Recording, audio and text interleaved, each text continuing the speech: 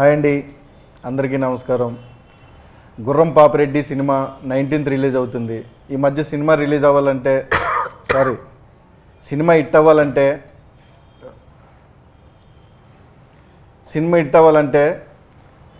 Trend అవ్వాలంటే memes రావాలి. ఆ మీమ్స్ రావాలంటే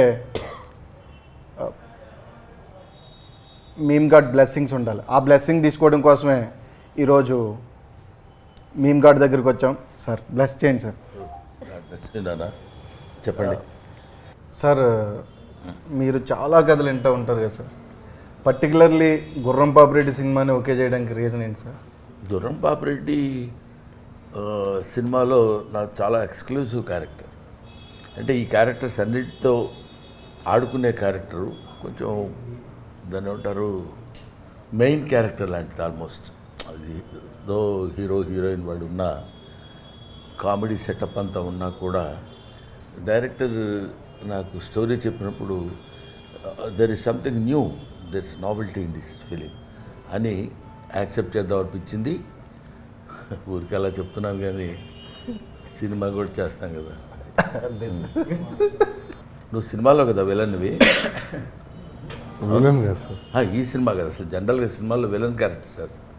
ఇక్కడ ఫ్రీగా ఉండొచ్చు, పెద్ద ప్రాబ్లం అలా ఉండాలి. ఇప్పుడు ఏదో మర్డర్ చేసి వచ్చిన వాళ్ళగా రైట్. ఎందుకంటే జీవన్ నాకు బాగా తెలుసు కాబట్టి తన మీద కొంచెం జోక్ చేస్తుంటాను. You are known as the the king of comedy atla anochu, and you have made so many crores of people laugh over the years. They not just like specific to our language but like everywhere all over the world, right? Ante who is that one person who makes you laugh the most?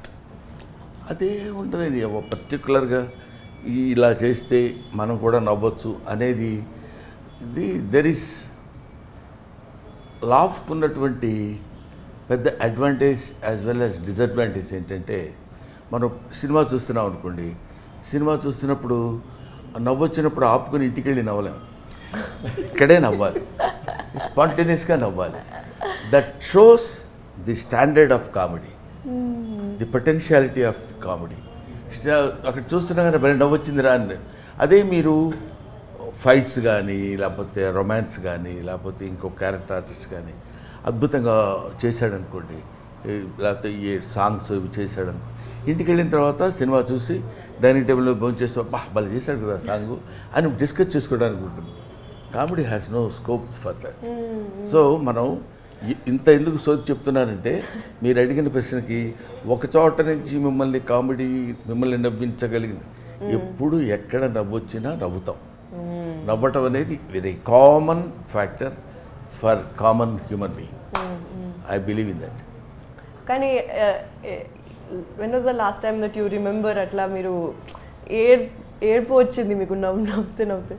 లేదు, అంత దారుణంగా ఎప్పుడైనా పాత టైంలో అన్న ప్రమాణం పూర్తిగా లేదు. నువ్వు మళ్ళీ పాత టైంలో కూడా నన్ను గుర్తు తెచ్చుకోమని 40-50 సంవత్సరాల క్రితం కూడా నవ్వలేదా సార్ అని కాదు. కళ్ళనీరు వచ్చేంత నవ్వు ఏమో ఐ డోంట్ రిమెంబర్. ఒకళ్ళు నవ్వానేమో తెలియదు. మీకు మీమ్ గాడ్ అని కూడా ఇప్పుడు రాజ్ కుమార్ గారు చెప్పారు కాబట్టి, do you see lot of memes? Do you enjoy watching memes? నాకంటే ఎక్కువ ఆడియన్స్ ఎంజాయ్ చేస్తారు కాబట్టి అది మీమ్స్ నా ఫేస్కి సూట్ అవుతున్నాయో లేకపోతే అలవాటైందో లేకపోతే అందులో స్టఫ్ ఉందో లేదో తెలియదు. But they are enjoying. Brahmanandam, the face of Brahmanandam motto is to make them others laugh. That maybe is giving most ఒక ఇన్ని కోట్ల మందిని నవ్వించే ఫేస్ భగవంతుడు నాకు ఇచ్చినందుకు I felt I shall be ever thankful to God. అటువంటిది సరే meme God, meme demo God అట్లాంటిది ఇవన్నీ వాళ్ళు ఇచ్చేవి ఉంటాయి కొన్నాళ్ళు. Of course we will enjoy it for time being. Sir, మీకు అసలు ఇంత ఇమేజ్ ఉన్నాక ఏదన్నా గ్రూప్ ఆఫ్ పీపుల్ని కలిసినప్పుడు ఫన్నీగా ఉండాలి అని ప్రెషర్ ఉంటుందా ఎప్పుడన్నా? నాకు ఫస్ట్ రెండు ఇదేంటంటే answers. First answer group of people కలిసిన తర్వాత నేను ఎప్పుడు గ్రూప్ ఆఫ్ పీపుల్ని కలవను first point. It's true, I am not joking. ఎందుకంటే నాకు 2-3 కంటే ఎక్కువ ఉంటే గ్రూప్గా ఫీల్ అవుతాను నేను. కాబట్టి ఎక్కువ అది ఉండదు. తర్వాత మనం ఇక్కడ ఫన్నీగా ఉండాలి ఇక్కడ అనేది, అదే నేను చెప్పాను, ఫన్నీగా ఉండటం అనేది we cannot get it from out side. That is instinct. ఇప్పుడు అమ్మాయి ఏదో ప్రశ్న, మీరు ఎప్పుడన్నా మీ జీవితంలో రిగ్రెట్ అయ్యి నెలకేసి బాదుకొని కొట్టుకున్నారా అని అడిగినప్పుడు మనం ఇప్పుడు దీనికి మనం ఏం ఆన్సర్ ఇవ్వాలి అని ఉండదు. ఆటోమేటిక్గా అక్కడ ఉన్న సిచ్యువేషన్ బట్టి నవ్వు వస్తుంది, విల్ ఎంజాయ్ ఇట్. సార్ మీ లైఫ్లో లైక్ మీరు ఎదిగిన స్టేజెస్లో కానీ ఏదైనా కానీ లైక్ మనం పెరిగే కొద్దీ మన మెచ్యూరిటీ లెవెల్స్ పెరుగుతాయి, మనం అన్నీ తెలుసుకోవడం స్టార్ట్ చేస్తాం, ఇవాల్వ్ అవ్వడం స్టార్ట్ చేస్తాం. మీ లైఫ్లో ఏదన్నా ఒక బెస్ట్ ఫిలాసఫీ ఉంటుంది కదా సార్, అంటే లైక్ మాకు బాగా యూజ్ అయ్యే ఫిలాసఫీ ఫిలాసఫీ ఏం లేదమ్మా. Like life is a game, should play it. Life is a challenge, should meet it. ఎన్నో జరుగుతుంటాయి, అవన్నీ లెక్కలేసుకుంటూ కూర్చుంటే ఇటు వెయిట్ పెరుగుతుంటుంది. ఆఫ్టర్ ఆల్ మనం మ్యాక్సిమం బతికితే పుట్టిన 10 సంవత్సరాల వరకు మనకేం తెలియదు. ఇప్పుడంటే ఒక 5 సంవత్సరాలు బతుకున్నాం. ఆ తర్వాత 70 తర్వాత మనం ఏం ఆలోచించినా ఎవడో లెక్క చేయడు. మధ్యలో మన పీరియడ్ ఎంత, 50 to 60 years. దాన్ని మనం క్యాలిక్యులేట్ చేసుకుంటున్నప్పుడు మనకి ఎన్నో ఫేస్ చేస్తుంటాం. ఎన్ని ఫేస్ చేసినా ఫేస్ చేసిన దానిలో ఉన్న పాజిటివిటీని మనం తీసుకోగలిగితే నన్ కెన్ స్టాప్ అస్. ఎక్కడైనా ఏదో సినిమా ఫెయిల్ అయింది, అబ్బా ఈ సినిమా ఫెయిల్ అయింది, ఎలాగా నెక్స్ట్ ఏంటి. అందుకని మనకు కూడా failures are stepping stones to success. ఇలాంటివన్నీ ఎందుకు పుడతాయంటే మనల్ని మనం ఎంకరేజ్ చేసుకోవడానికి. మన వెనకాల ఎవరు లేరండి, మనకి దీన్ని ఏదో అంటారే ఇండస్ట్రీలో బ్యాకింగ్ ఎవరు లేరు, ప్లాట్ఫామ్ లేదు, ఇట్లాంటి పదాలు కొన్ని ఉంటాయి. ఏం అక్కర్లా, God has given you one platform. You should realise it. You should play in that platform. That's all. You keep on doing. ఇప్పుడు నేనున్నాను, నాకెవరున్నారు వెనక? నాకు నేనే ఉన్నాను వెనక. ఎవరికైనా ధైర్యం వెనకాల ఉందంటే 10 మంది మనుషులు ఉన్నారు, వాళ్ళందరూ నాకు తెలుసు, మినిస్టర్ తెలుసు, లేకపోతే ఇంకొక చీఫ్ మినిస్టర్, ప్రైమ్ మినిస్టర్ తెలుసు. అది కాదు ధైర్యం. నాకు నేనే ఉన్నాను అనుకోవడమే ధైర్యం. If you keep on doing that, ఇంకా నీకు ఇంకోటి పాయింట్ ఏంటంటే, ఇప్పుడు మీరు అడిగిన దాన్ని బట్టి నీకు నువ్వులా ఉండాలనుకున్నప్పుడు నీకు ఏ ఇబ్బంది ఉండదు. నువ్వు ఇంకొకళ్ళ ఉండాలనుకున్నప్పుడు ఇబ్బంది స్టార్ట్ అయ్యింది. నాకు ప్రమోషన్స్లో అదే ప్రాబ్లం అవుతుంది. లైక్ మనం ఇప్పుడు ఒక ప్రమోషన్స్ నాకు నాలా ఉండాలంటే నేను చాలా తక్కువ మాట్లాడుతాను సార్. బేసిక్ చాలు, ఎక్కువ మాట్లాడమని వాళ్ళు అన్నంత మాత్రాన వాళ్ళ కోసం నువ్వు మాట్లాడితే వాళ్ళ కోసం మాట్లాడుతున్నట్టు ఫేస్లో కూడా తెలిసిపోతుంది. ఎగ్జాక్ట్లీ. వద్దు, అటువంటిప్పుడు వద్దండి, మాట్లాడుకోండి, మాట్లాడకుండా ఉండండి. ఎవరి కోసమో మనం చేయడం అంటే, ఇప్పుడు కామెడీ చేయాలన్నా యాక్టింగ్ చేయాలన్నా ఎవరి కోసం ఎందుకు చేస్తాం? మనలో ఉన్న పెర్ఫార్మెన్స్, మనలో ఉన్న టాలెంట్ అది నువ్వు ఎగ్జిబిట్ చేయాలి అంతే. చేయడానికి ఏమైనా అనుకుంటారేమో, ఆ ఇన్హిబిషన్స్ ఉన్నప్పుడు మనం we cannot do anything. True sir. నాకు అదే ఒక ఫియర్ ఉంటుంది సార్, బవిడ్ హీరో. అది ఫియర్ కాదమ్మా. అంటే ఎవరైనా ఏమైనా అనుకుంటారా అది ఆ ఫియర్ నిజంగా నీకు ఉంటే మాత్రం దాన్ని వదిలేయి. That is better. True. Fear అసలు మనం when you are doing a right thing in a right manner, you need not feel fear or shy or something like that.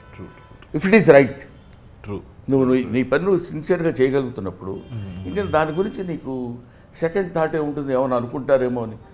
Let them. అనుకునేవాళ్ళు ఎలాగ అనుకుంటారు. నా గురించి ఇలా చెడుగా రాశాడండి వాడు అంటాడు. చెడుగా రాయటం ఏంటి?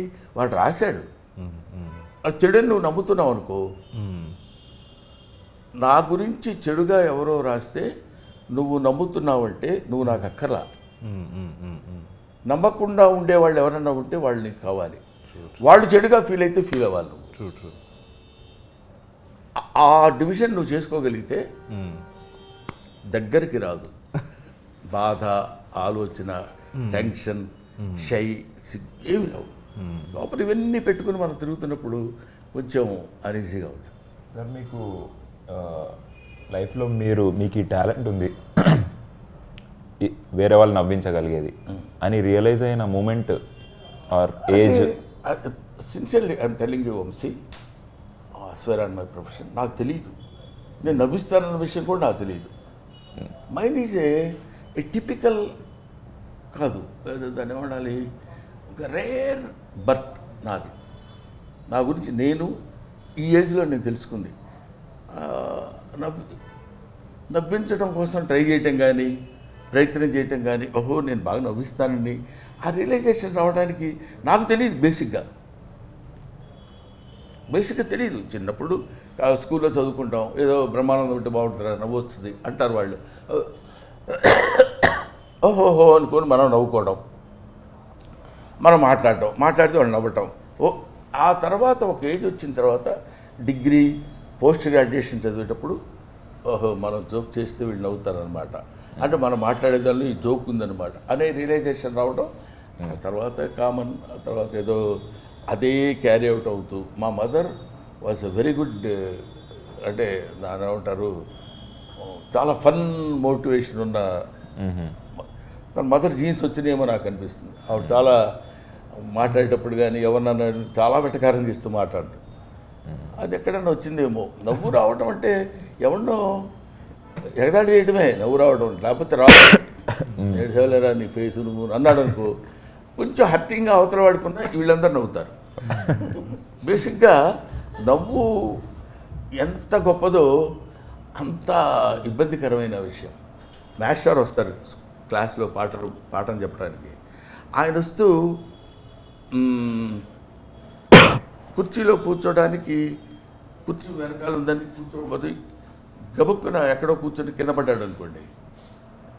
Students are not suppose to laugh కదా, అందరూ నవ్వుతాం ముందు. ఇమ్మీడియట్ రియాక్షన్ ఏంటంటే నవ్వు, ఇన్స్టెంట్ రియాక్షన్ నవ్వు. అది ఎక్కడి నుంచి వస్తుందంటే ఆయన కింద పడితే మనం నవ్వటం ఏంటి, ఆయనే కాదు ఎవరైనా ఎవడన్నా బాధపడితే మనం నవ్వటం, ఆనందించడం, ఎంటర్టైన్ అవ్వటం.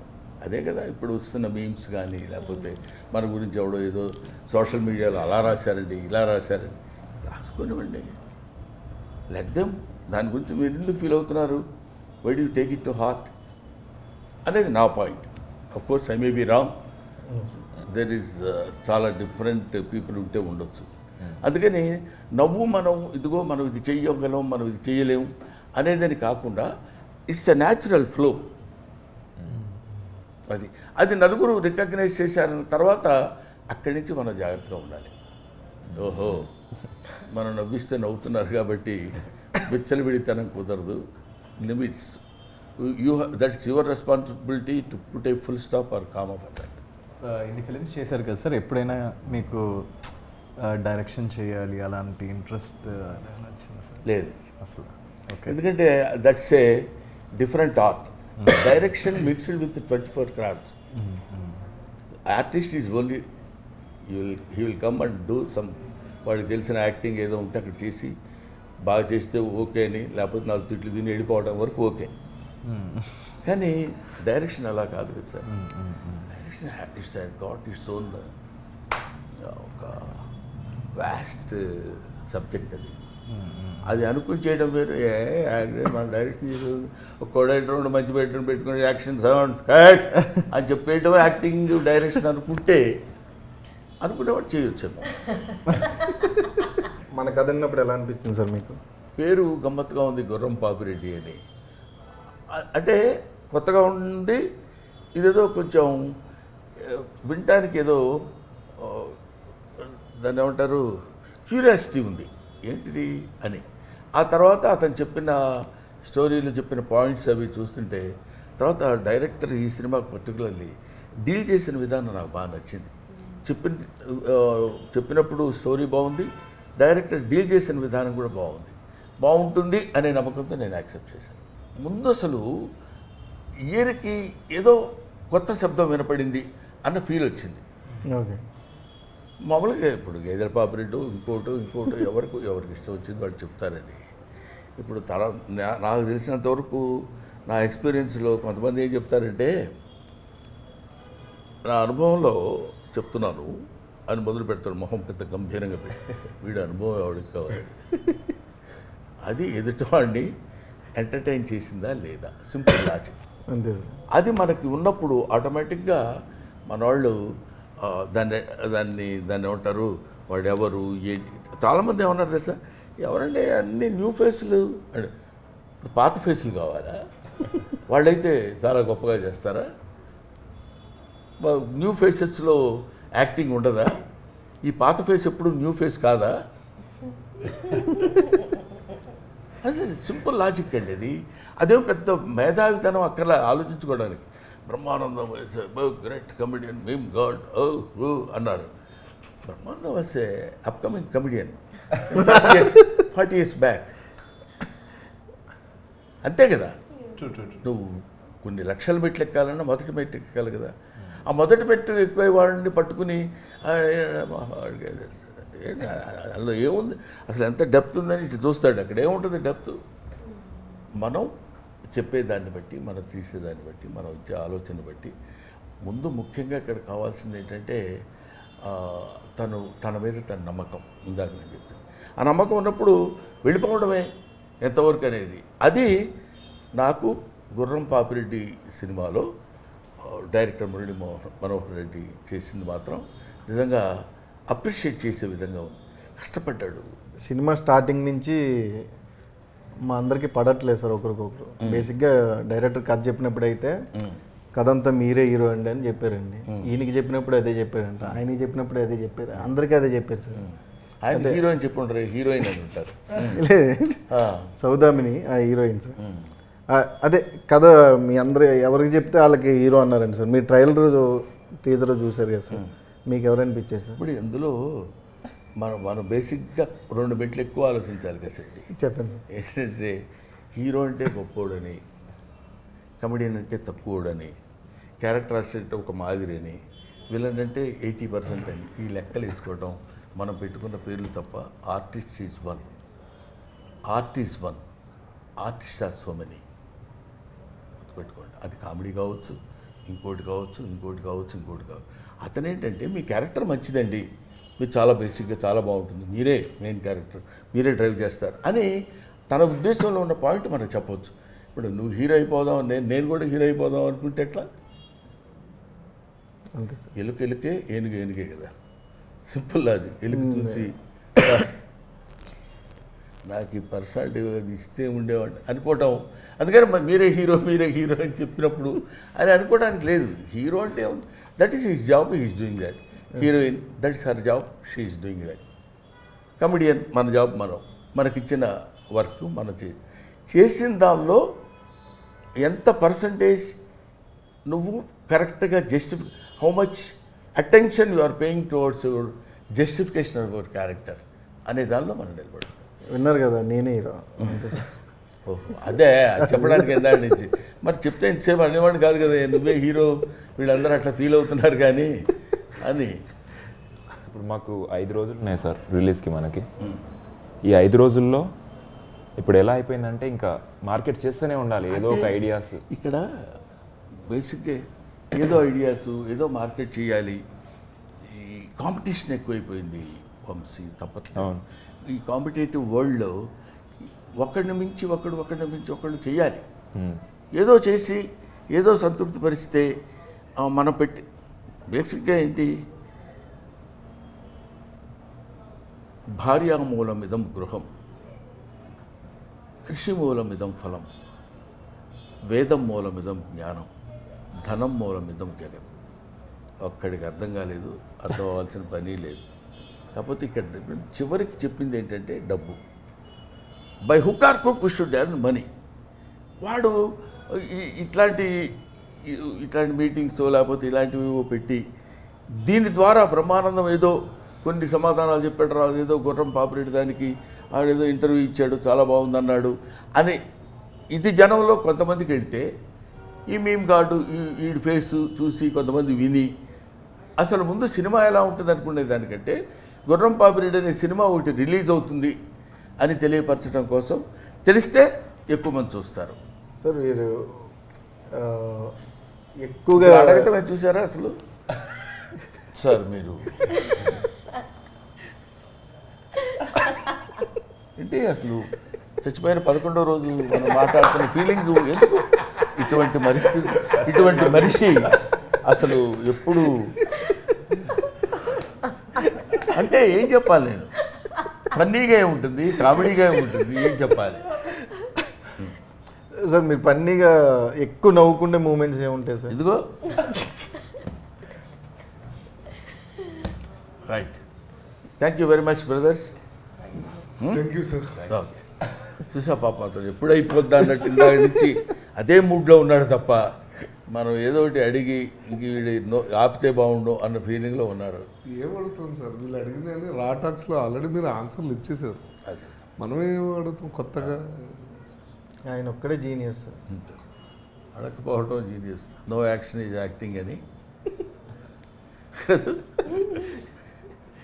రైట్ అమ్మా, థ్యాంక్ యూ.